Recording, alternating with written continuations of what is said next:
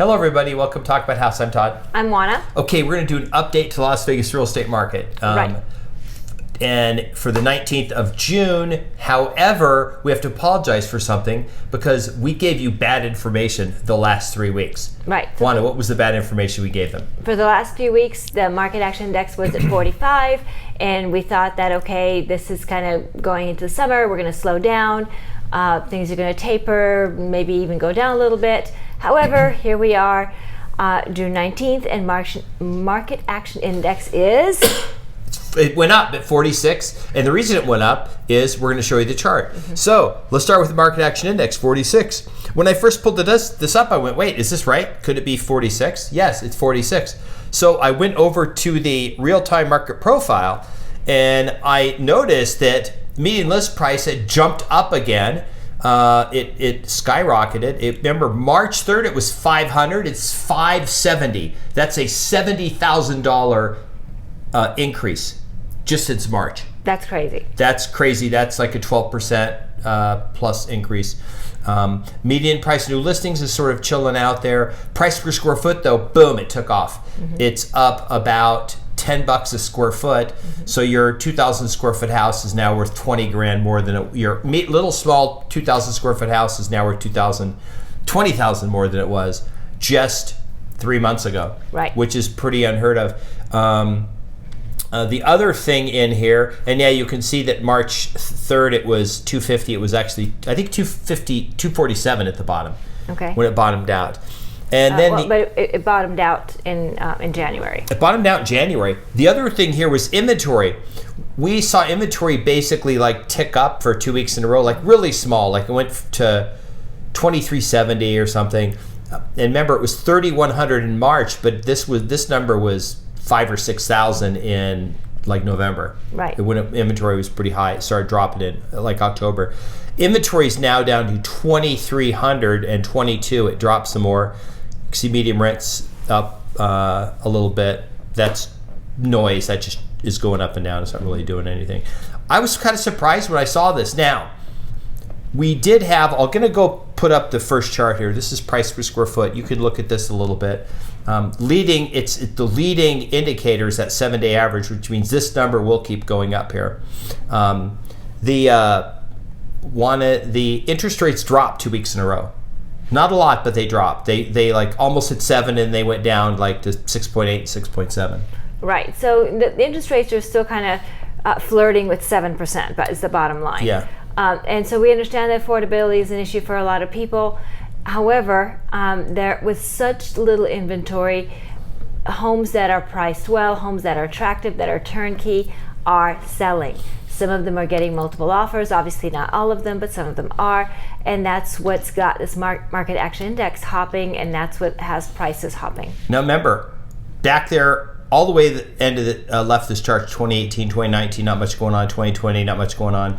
2019 was the crashers came out. Then 2020, then 2021, they started screaming. And you could look from 2021, and then you go to today, and the market is substantially up, like a substantial amount from when it was supposed to have crashed, apparently. Right. So what's the next chart? Inventory.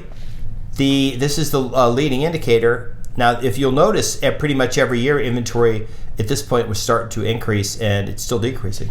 It is, and that's really the name of the game, is inventory. So long as inventory is decreasing, we are going to have this kind of a market, because there will always be people out there interested in buying, and that with very little inventory, there will be competition. Yeah, inventory is extremely low, which is really what's driving the market right now. So we thought we would jump over and say what's going on with condos, because that was single-family homes and townhomes. Right. So I said, let's just take a look over at condos, and lo and behold, the market action index up to 49. That is really high. Yeah, it's really high. The metrics, the price per square foot you can see is 243, but the big thing is inventory. If you look down there, Friday, March 3rd, it was 942. It's 721. Remember, that's the total number of condos for all of Las Vegas. That's the whole city of Las Vegas. And the market action, you can see, is just on a tear, just going up and up and up. Median list price has really not changed in the last year. And you can see every year it drops in the fall, even from 2021 to 2022. Did you see how it dropped there from like June, and then July to September, October it dropped, and then it went back up. It didn't drop as much this year. Remember, this is when it was supposed to like collapse and everything was supposed to be bad. But condos are a little less price sensitive to, actually higher interest rates affect this even more in a positive way. Why is that? So it just drives more cash buyers to condos, and it also drives more people who are priced out of single family homes to condos. But remember, not all condos are FHA financeable or VA financeable. So that's why you see more condos being purchased cash than single family homes. Yeah, we just had a client buy a condo, full all cash. Right. Easy, super easy. A ton of people have cash. Right. Okay.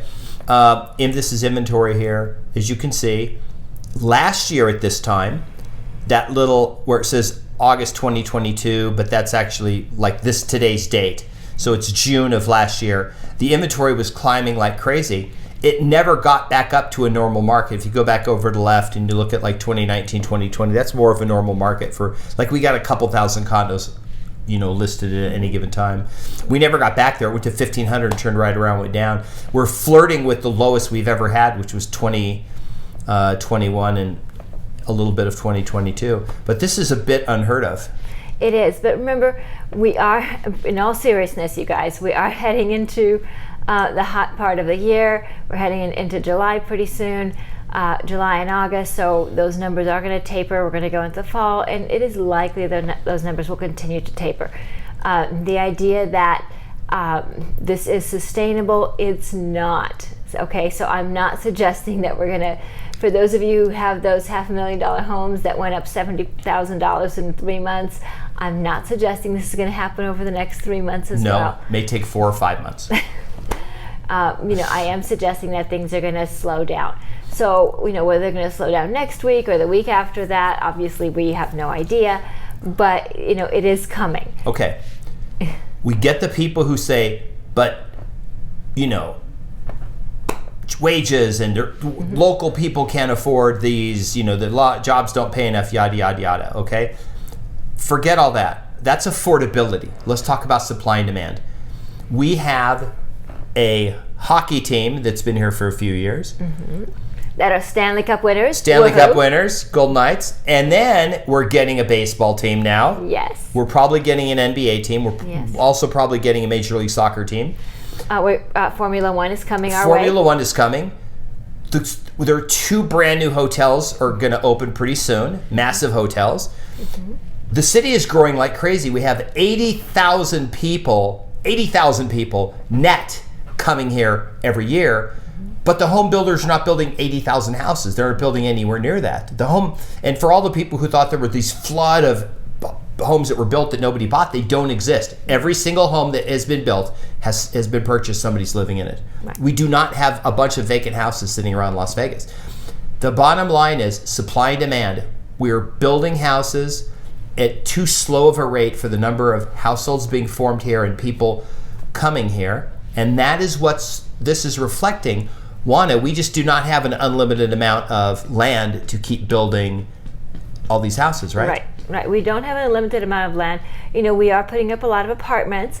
So if you're driving around Las Vegas, you see a lot of brand new apartment buildings, and they're very nice. They're very pricey. So it's not like people moving to Vegas, have to live in their cars. They don't. No. There are places for them to live. But of course, lots of people would like to own a home. So owning a home is becoming a challenge, if for no other reason than because of inventory. Even if interest rates were different, even if everybody had cash, it wouldn't change the current constraint, which is insufficient inventory. Yeah, and there's no sign that the home builders are going to overbuild or build enough to satisfy the demand. They're just going to build enough to make a ton of money, and that's it. And everyone else is going to have to go into the resale market, and no one's selling right now. Like literally, this is the least. We sell a lot of homes. We've sold over 3,000. And we mainly do the listings. We do work with some buyers, but we almost exclusively do listings.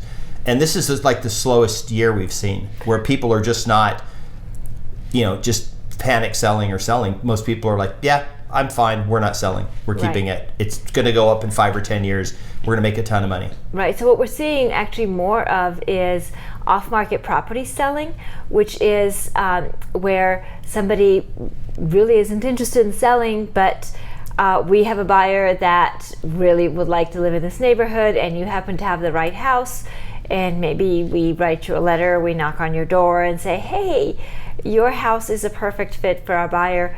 Would you be interested in selling at this price? And sometimes people say yes. So there are off MLS transactions, is my point. So there are other transactions besides the ones that we're showing you in these statistics. These statistics pull their data from the MLS. Are there a lot of off MLS transactions? No. But are there some? Yes. So, kind of keep that in mind. There are people who are still selling out there in non-traditional ways, as I like to say. Right. The bottom line is there's just not enough inventory. Mm-hmm. Nobody's selling, and it doesn't matter. You can scream affordability all you want. We have the lowest foreclosure rate we've almost ever had. Mm-hmm. There's one foreclosure every 3 whole days. Right. Which is, we were having a couple hundred NODs filed every day and 80 or 90 daily foreclosures. We literally have 1% of the number of foreclosures we had, 15 years ago. Right. So, what we said before was, January to December for 2023, when you kind of strip out everything in the middle, you're going to end up in a pretty stable environment. We're not expecting anything exciting. You might be a little up, you might be a little down, depending on where you are, how desirable your neighborhood, your type of home is, and all of that sort of thing. But you're not going to see, I don't think, anything particularly dramatic. Now, I acknowledge the last 3 months have been kind of dramatic for that price point. Yeah. When you're looking between $500,000 and $570,000, that's pretty dramatic. But I don't think it's sustainable, and I think it will probably cool off. And then if rates go back down, below 5, it's gonna get nuts again. Well, so to that point, if rates go anywhere near 6, if rates start flirting with 6%, the smart money is going to go out there and grab some houses, because that's an indication that rates are going to go below that. And when they go below that, then everybody else will jump in. And by then it'll be too late, because you'll have tons of multiple offers and prices will get pushed up, and things will get much more difficult. So the smart money is going to jump in when rates are flirting with 6%. That's it. Okay. So tell us what you think. Please subscribe, hit the notification bell, like the video, share the video. It's really important that you share the video so we can grow our YouTube family. Please leave us notes in the comments. We appreciate your notes. You don't have to agree with us. We like all your notes. When you leave us a note, we like it when you tell us where you're watching from. And we'll see you on the next video. Bye. Bye.